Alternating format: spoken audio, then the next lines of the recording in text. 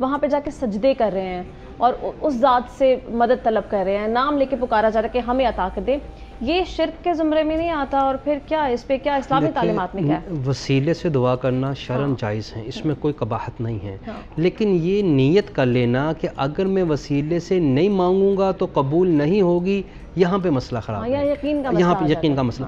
سجدہ تو اللہ کے ذات کے سوا کسی کو, چاہے تعظیمی سجدہ ہو چاہے جیسا بھی ہو, وہ اللہ تعالیٰ اس بات کے زیادہ لائق ہیں. جس کو اقبال نے کہا تھا وہ ایک سجدہ جسے دوگرا سمجھتا ہے, 1000 سجدوں سے دیتا ہے آدمی کو نجات. اگر ایک اللہ کے سامنے جھک لیا جائے تو پھر انسان کو نہ اپنے افسر کے سامنے نہ کوئی خوف نہیں رہتا. اس خوف کو نکالنے کے لیے حضرات اولیاء اکرام کی محنتیں, مشقتیں, خانقاہی نظام, یہ ساری چیزیں ان کا ثمر ہے.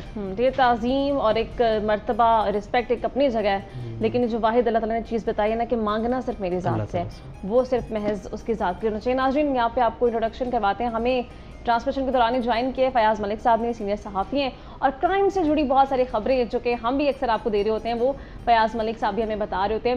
فیاض صاحب ویلکم ٹو دا شو. سب سے پہلے کیسے ہیں آپ؟ ٹھیک ہیں, میں زبردست. اچھا فیاض, ہوتا یہ ہے کہ ہم دیکھتے ہیں کہ رمضان المبارک کے مہینے میں جہاں کرائم ریٹ جو ہے کم ہونا چاہیے, ڈکیتیوں کی وارداتوں میں کمی آنی چاہیے, لیکن اتنی زیادہ چیزیں ہو رہی ہوتی ہیں, کہیں نہ کہیں اسٹریٹ کرائمز کے واقعات اتنے بڑھ گئے ہیں. کیا سمجھتے ہیں آپ, کیا وجوہات ہے اس چیز کے؟ اچھا, اس کی نا بہت ساری وجوہات ہیں کرائم بڑھنے کی. عموماً میں بھی ایک پروگرام کی ریکارڈنگ سے ہی آیا ہوں, اسی حوالے سے میں پروگرام ریکارڈ کر رہا تھا.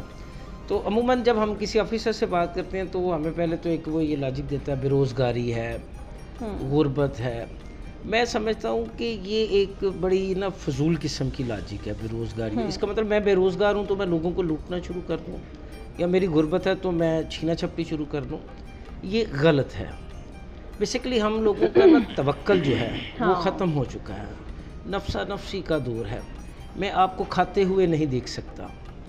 میں دیکھتا ہوں کہ آپ نے مجھ سے اچھا ڈریس پہنا ہوا ہے, مجھ سے زیادہ خوشحال ہے, تو میں بجائے محنت کر کے اس مقام تک پہنچنے کے میں شارٹ کٹ راستہ اختیار کرتا ہوں.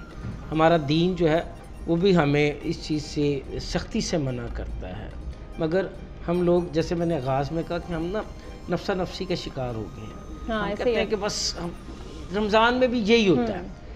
کئی ڈاکو پکڑے جاتے ہیں تو ان سے پوچھا جائے بھائی تم یہ وارداتیں کیوں کرتے, تو کہتے جی میں غریب ہوں, جی میں بے روزگار ہوں, میں فلاں ہوں, میرے حالات ٹھیک نہیں ہیں. بھائی تم محنت مزدوری کرو. تو ایک بڑی وجہ رمضان میں کیا بلکہ اب تو سارا سال ہی روزانہ اگر ہم کرائم دیکھیں نا تو کرائم کی شرح میں بتدریج اضافہ ہے. رمضان اس وجہ سے اسپیسیفک آ جاتا ہے کہ جی ہم بیسیکلی اس کو ایک عید کے ساتھ اٹیچ کر دیتے ہیں کہ جی عید کے نزدیک آتے ہی شہر میں جو ہے وہ وارداتوں میں اضافہ ہو رہا ہے. یہ سارا سال ہی ایسے ہے. ایسے ہی بالکل ٹھیک کہہ رہے ہیں آپ. لیکن فیاض صاحب یہ جو آپ نے پوائنٹ بتایا نا کہ لوگوں کی جو یہ کازز ہیں کہ بے روزگاری ہے, مجھے میرے پاس نوکری نہیں ہے, اس سے ہم علماء کرام کی رائے بھی جانیں گے, لیکن اس سے پہلے آپ یہ بتائیں کہ جو انتظامیہ ہے اس کا کردار بہت زیادہ ضروری ہے. آپ کو کیا لگتا ہے, کیا اپنی جو ڈیوٹی ہے وہ صحیح طریقے سے انجام دی جا رہی ہے, اس پہ وہ پراپر طریقے سے صحیح اٹھ بیٹھ رہے ہیں کہ وہ کرائم کو روکنے کے لیے جو اپنا بھرپور کردار ادا کریں؟ وہ کہیں نظر نہیں آتا. دیکھیں پہلے تو میں اس چیز کی تصحیح کر دوں, کرائم کبھی رک نہیں سکتا. بالکل نہیں رک سکتا. کم ہو سکتا ہے, ختم نہیں ہو سکتا. یہ آپ کسی بھی آفیسر سے پوچھ لیں, وہ کہے گا ہم یہ کر رہے ہیں, ہم وہ کر رہے ہیں, ہم نے زمین آسمان کے وہ کلابے ملا دے گا.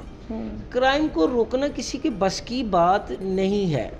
کرائم تب رکے گا جب عوام ایک کمیونٹی کی شکل میں آگے آئیں گی, جب ہم میں غلط کو غلط کہنے کا احساس پیدا ہوگا. اخلاقی اقدار ہماری اخلاقی اقدار تو ہم میں تقریباً اب نہ ہونے کے برابر ہیں. رمضان میں جو ایک تو ہم ڈکیتیوں کی بات کرتے ہیں, روڈ رابری کی بات کریں, یہ جو دوسری ایک معاشرتی روڈ رابری اور ڈکیتیاں ہو رہی ہیں اس پہ بھی ہمیں چاہیے کہ ہم اس پہ بھی خود کو کنٹرول کریں. جس اخلاقی گراوٹ کا ہم شکار ہو گئے ہیں, لوٹ مار کر رہے ہیں دکانوں پہ, کھانے پینے کی جو اشیاء ہیں, اشیاء خرد و نوش کی مد میں جو ہم انتہائی سی بلکہ زیڈ کلاس کا پھل جو ہم رمضان میں بیچ رہے ہیں, یہ بھی لوٹ کسوٹ کے زمرے میں آتا ہے. اس کو بھی روکنا مگر یہ معاشرے کا کام ہے. اور ادارے باتیں ہی کرتے ہیں. اگر ادارے باتیں بھی نہ کریں تو شاید لوٹ کسوٹ اس سے بھی کہیں اوپر چلی جائے. تو میں سمجھتا ہوں جرنلسٹ کی حیثیت سے یا ایک عام شہری کی حیثیت سے ہمیں پہلے خود کو بہتر کرنا ہوگا. ہاں یہ بہت ضروری اگر ہے. ہم خود کو بہتر کریں گے تو کافی ساری مشکلات جو ہیں وہ ختم ہو ہاں جائیں گی. منحصر قوم ہمیں یقینی طور پہ بدلنے کی بہت زیادہ ضرورت ہے.